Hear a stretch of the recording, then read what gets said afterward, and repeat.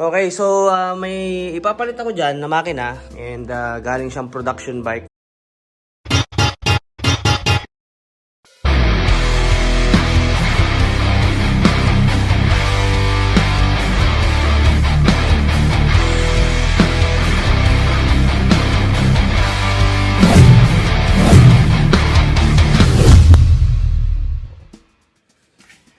Okay, so ito na ngayon si Stoker and as you can see, wala siyang upuan. Walang battery, walang stoplight. So yung upuan niya at saka mga battery, inilipat ko dun sa isa nating Raider na binubuo, yung stock lang, para yun ang muna, dun muna natin gamitin. Hindi na tayo bumili ng panibagong upuan. So, ito yung harness niya, nabili ko dito sa Cavite. So, nabili ko itong harness niya ng 2,000. May kasamang CDI. Kumpletong harness. Tsaka ito, stoplight, 500. So, 2,500 lahat yan. 2,500 lahat. So, ang gagawin natin is yung underneath nito at tsaka stoplight nito, kukunin ulit natin, ibabalik natin dyan. Ito, doon para doon na yun sa isa. So, ang kailangan na lang natin ulit is lagyan natin ng panibagong upuan itong si Stoker. Kasi bakit? Bubuuin ulit natin siya.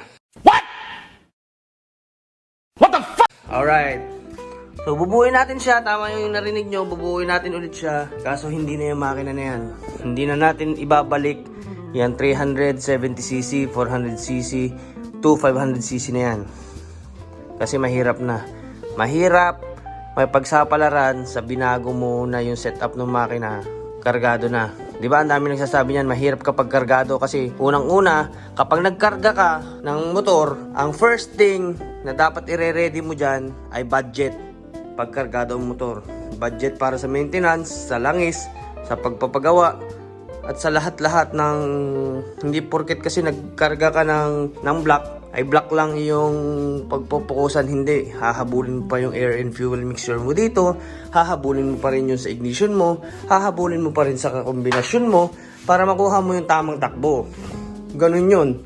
Puta edi wow! Kaya sinasabi nila yung stock is good. Stock is good, tama nga naman. Stock is good para dun sa mga walang pera, walang perang pangkarga at mga walang budget para makapagsapalan sa mga ganun klase ng setup.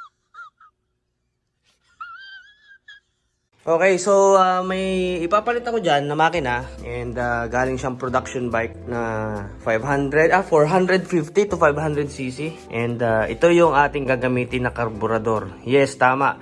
Karburador ang gagamitin natin kasi DCDI yung ating kukunin na makina. Ang donor niya magagaling pa sa ibang bansa, bibilhin pa natin doon. So, production bike. Ito kasing video na to, hindi to lalabas sa Facebook, pang YouTube lang to. Kasi pag nalaman na naman ni Facebook, kakalat na naman yan. Ngayon, sa LTO na naman, baka pagbintangan na naman ako, mainit pa naman ako kay LTO. Eh, ganun talaga. Mga inggit ba? Ang daming inggit dyan. Kaya lalo na, meron pang isang nakuha ng video ko, may nagnanakaw ng video ko, ina-upload niya. Mas marami pa yung views niya kaysa dun sa Facebook page ko mismo. Kaya ito, pang YouTube lang talaga. Anyway, so ito yung ating karburador.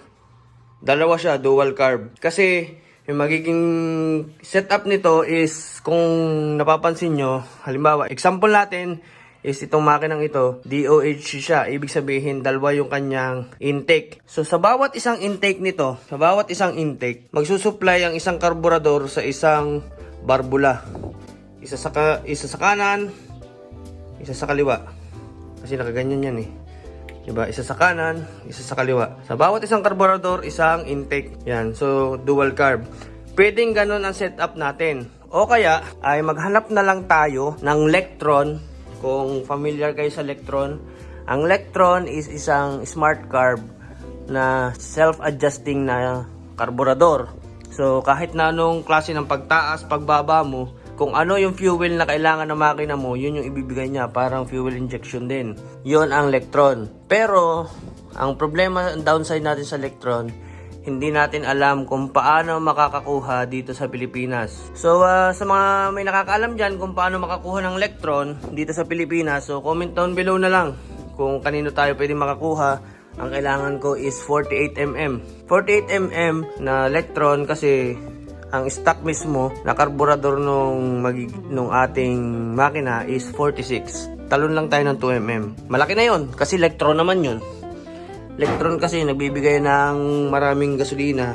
Tamang air and fuel mixture. So, hindi na ako magpapakahirap sa mismong remap ng kanyang ECU kasi hindi ECU yung gamit doon, kundi CDI. So, CDI niya, meron siyang 8 pins. Ang 8 pins natin ay i-convert natin kasi maximum RPM niya is around 7,000 to 8,000 RPM lang. So, gusto kong gawin siya ng hanggang 12,000 RPM. And syempre malalaki yung kanyang plato. Galing siya sa dirt bike. Kung may clue na kayo kung ano yon, so comment down below na lang kung ano yung ginaganon ko, kung saan manggagaling yun.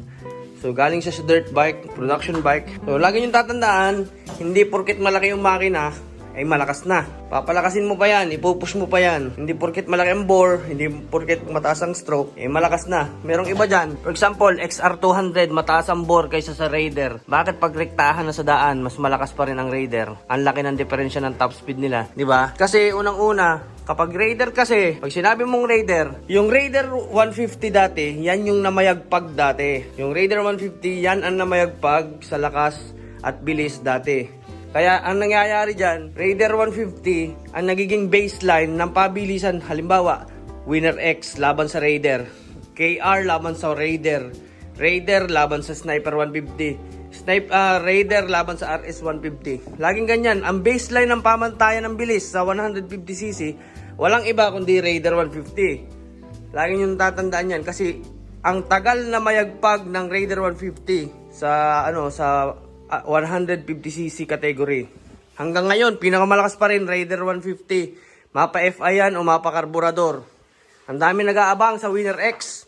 Ang dami nag-aabang sa Winner X. Samantalang yung mga Raider 150, ang iniisip lang nila, paano bumilis pa, paano mas bumilis pa, paano mas umingay ang ganon, Raider 150. Samantalang ngayon yung iba, ay nagpapaka sa pag-iintay sa Winner X sa pagdating sa Pilipinas. Nagpapalisahan ng Winner X, Sniper. Meron pa tayong SYM, yung SYM na 185cc.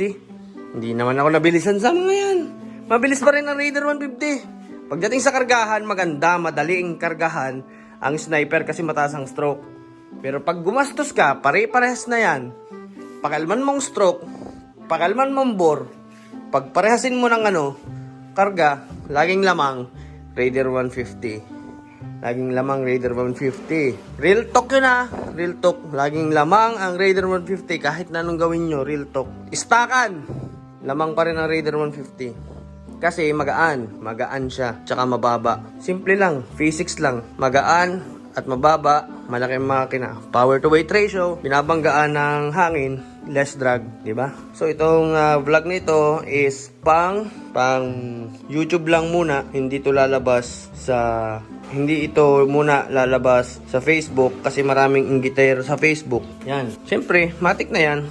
Kasama to sa top 10 blacklisted motorcycles dito sa Pilipinas, si Stalker. Kasi maraming inggit, maraming nagre-report. Ganun talaga. So, again, meron na tayong nakitang makina niyan. And much better yun kasi itong makinang ito, malaki yan Mas maliit yun ng konti, pero mas malaki ang power nun. Pwede na! Ay, hindi ko rin alam. Hindi ko rin pala alam. Parang halos pares lang ang pagkaka-setup ng makina niya. Yun lang, malakas lang yun. Mas malakas ang power. Hindi ko pa rin alam kung matutuloy or ewan. Pero basta bahala na. Huwag niyong expect na mawawala si Stalker. Hindi na yun yung final. Yun din ang sinabi ko before, pero hindi pala. Masakit iwan yung nakapagpabago ng buhay mo. So, konti lang naman ang gagawin. Ayusin lang ng konti. Dalawa lang ang choice ko It's either ibalik natin sa 370cc ito, balik natin yung dating setup, or palitan na natin ng mas malaki na makina. Okay, so I think hanggang dito na lang muna yung ating vlog. So sa mga may nakakaalam dyan, sa mga sinabi ko kanina, so comment down below na lang sa nakakakuha ng Lectron. And siguro ma-message natin siya, kuha tayo ng Lectron doon kung makakuha tayo ng makina na sinasabi ko. Alright, ano bang makina yon? Well, kung alam nyo, so comment down below na rin lang kung alam nyo kung ano yung makina na ginaganon ko. Alright? So, CDI siya. Di CDI, hindi siya fuel injected. Di carburetor siya. It's either ito yung gamitin natin or Electron. Alright, so I think hanggang dito na lang muna yung vlog natin. Yung vlog na ito ay pang YouTube lang. Hindi ito lalabas sa Facebook. And para dun sa mga nagnanakaw ng video ko dyan, please lang, magpaalam naman kayo sa akin. Lalo na yung isa na galit sa mga Raider 150 users. Hindi ko alam, hater siya. Kasi Z200 lang yung motor niya. Tapos nagpapanggap siya na iba. Ganun talaga. Anyway, so I think hanggang doon na lang muna ulit. And alright, bye-bye. Sheesh!